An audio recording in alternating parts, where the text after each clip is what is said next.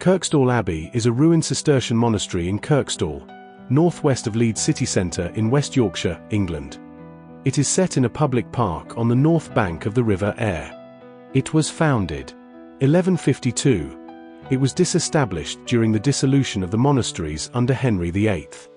The picturesque ruins have been drawn and painted by artists such as J.M.W. Turner, Thomas Girtin, and John Cotman.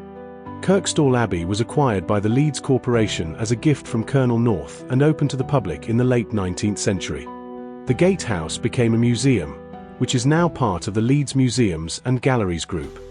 Henry de Lacy, Baron of Pontefract and of Clitheroe, promised to dedicate an abbey to the Virgin Mary should he survive a serious illness.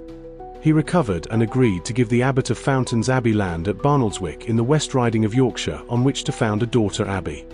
Abbot Alexander with 12 Cistercian monks from Fountains went to Barnoldswick in May 1147 and after demolishing the existing church attempted to build the abbey on Henry de Lacy's land. They stayed for 6 years but found the place inhospitable. Abbot Alexander set about finding a more suitable place for the abbey and came across a site in the heavily wooded Aire Valley occupied by hermits. Alexander sought help from de Lacy, who was sympathetic and helped acquire the land from William de Poitou. The monks moved from Barnoldswick to Kirkstall, displacing the hermits, some of whom joined the abbey, the rest being paid to move. The buildings were mostly completed between 1152, when the monks arrived in Kirkstall, and the end of Alexander's abbacy in 1182. Millstone grit for building came from Bramley Fall on the opposite side of the river.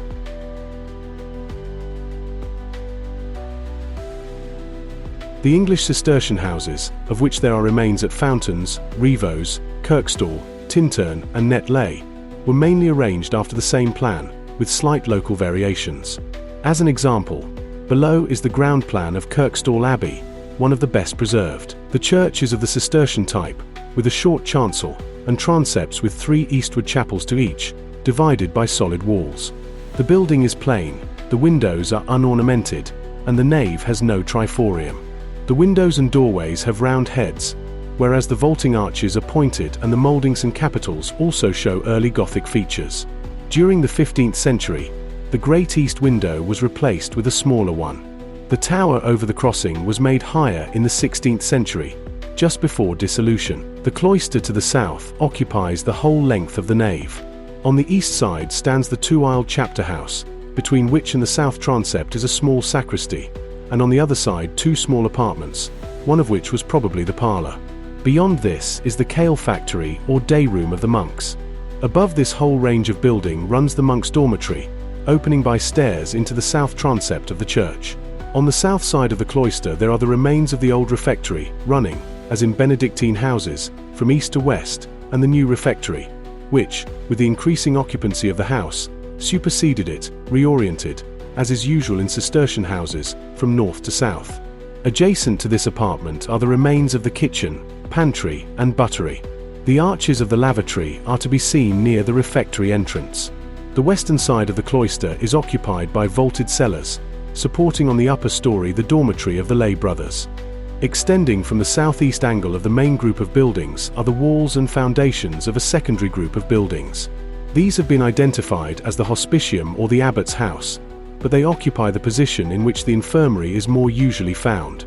The hall was a very spacious apartment, measuring 83 feet in length by 48 feet 9 inches in breadth, which was divided by 2 rows of columns. The fish ponds lay between the monastery and the river to the south. The abbey mill was situated about 80 yards to the northwest. The mill pool may be distinctly traced, together with the Goyt or mill stream.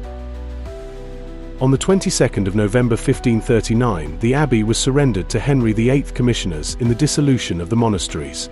It was awarded to Thomas Cranmer in 1542, but reverted to the crown when Cranmer was executed in 1556. Sir Robert Saville purchased the estate in 1584, and it remained in his family's hands for almost 100 years.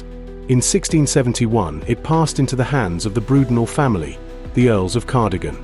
Much of the stone was removed for reuse in other buildings in the area, including the steps leading to the riverbank by Leeds Bridge in the town centre. During the 18th century, the picturesque ruins attracted artists of the Romantic movement and were painted by artists including J.M.W. Turner, John Cotman and Thomas Girtin.